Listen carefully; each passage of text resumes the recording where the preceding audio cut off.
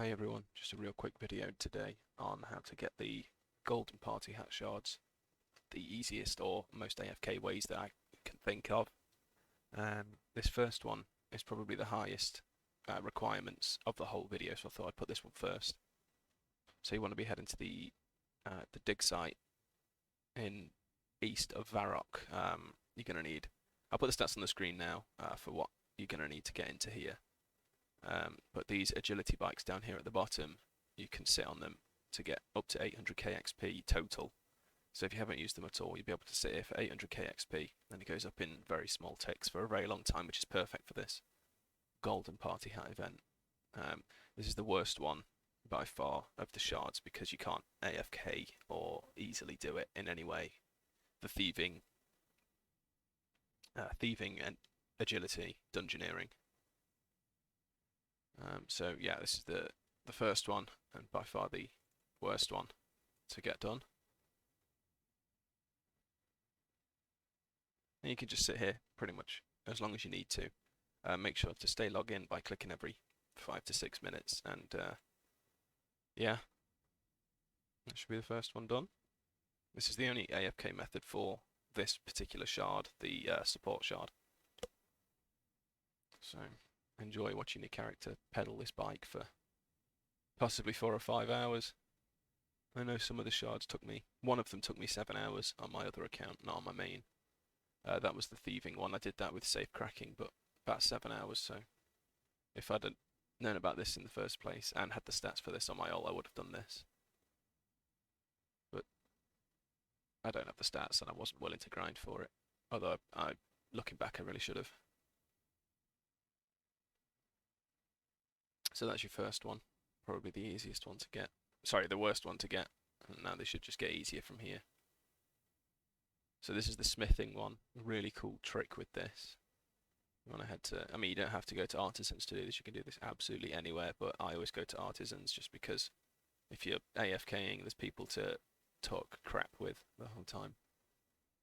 If you're in the artisan world, that is, obviously.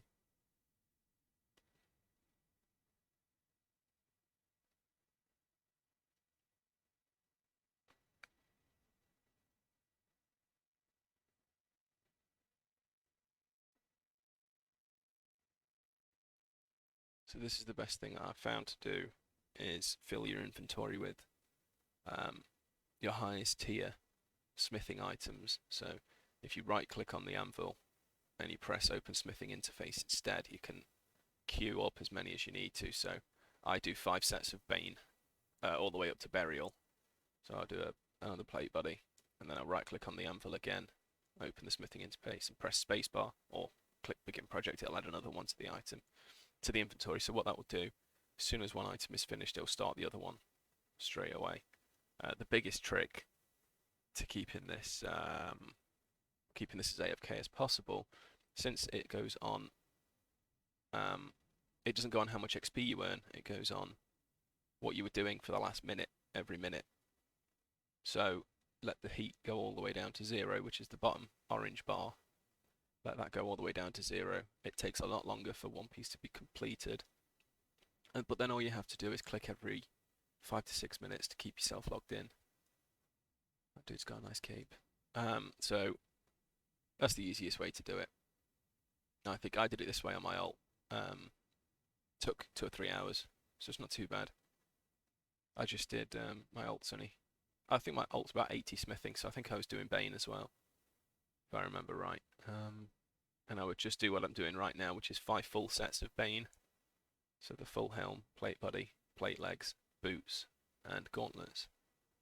And I just do them all the way up to +4, and then do Burial if I needed to, which I didn't have to do because once the heat's down at 0, the progress bar goes up so slow, but still gives you the smithing experience, which is all that matters through this whole event.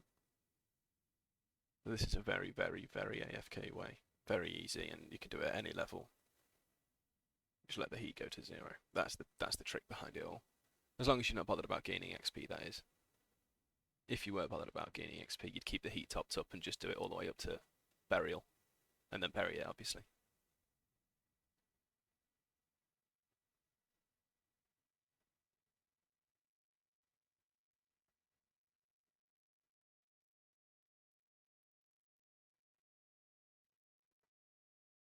So the next one is mining.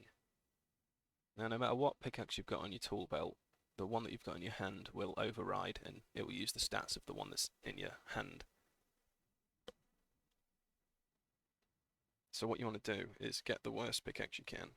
I don't think bronze is actually best for this. I was just using it for the purpose of the videos. But you want to equip a bronze pickaxe and then go to whatever the highest level resource that you can mine is. You can bring an ore box as well, Grace of the Elves, Brooch of the Gods, all that sort of stuff, just because they will still proc.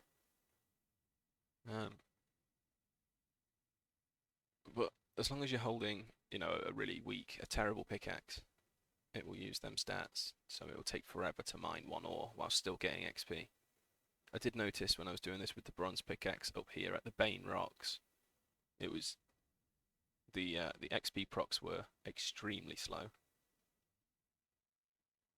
I don't even know if there would be one a minute.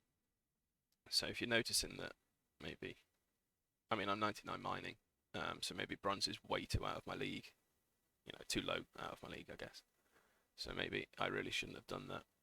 Maybe I should have brought steel or mithril or something like that. That pop-up will continue to show up the whole time. You need a high-level pickaxe to mine this rock effectively, or whatever it says.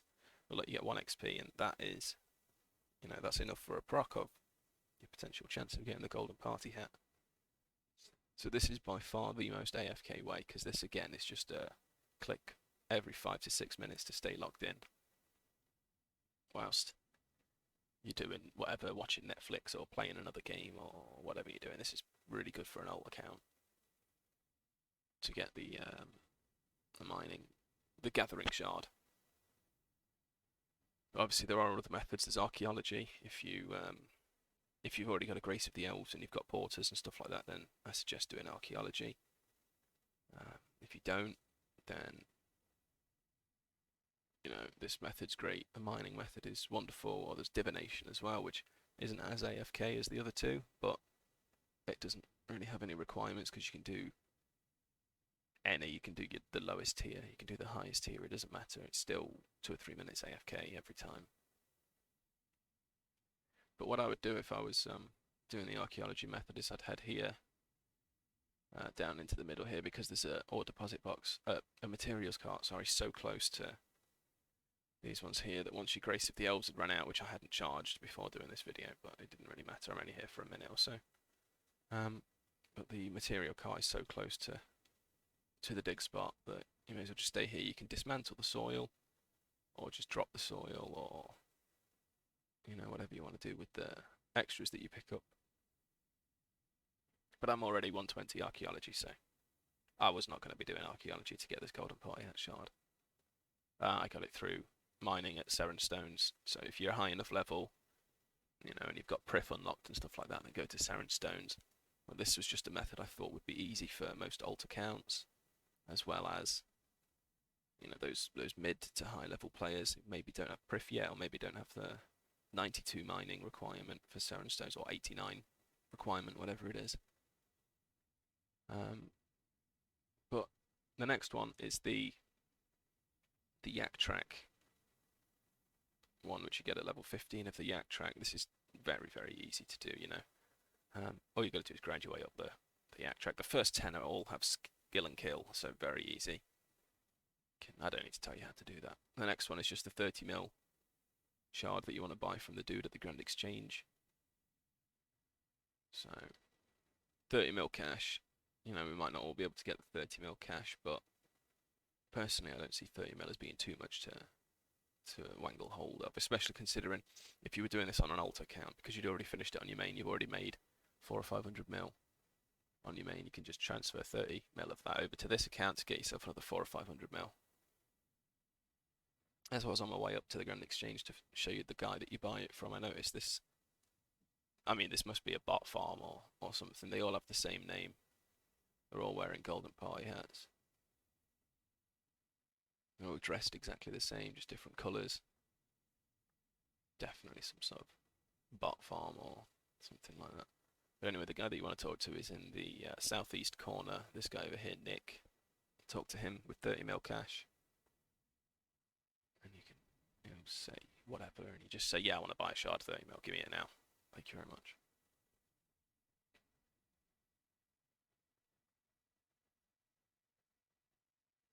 So at this point you'll have 6, because you'll have the one from host, which is the wise man outside of Grand Exchange.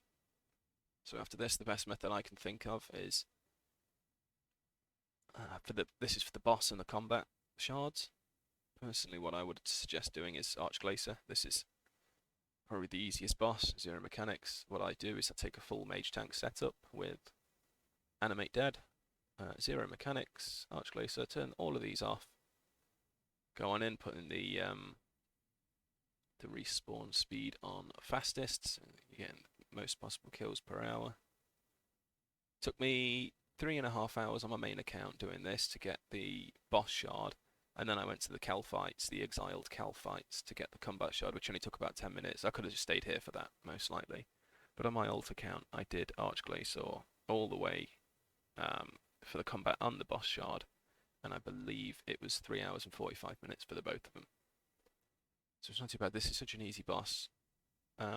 Even for new accounts, my alt's only level 90 or something. And I used ranged. And I just took a full inventory of food.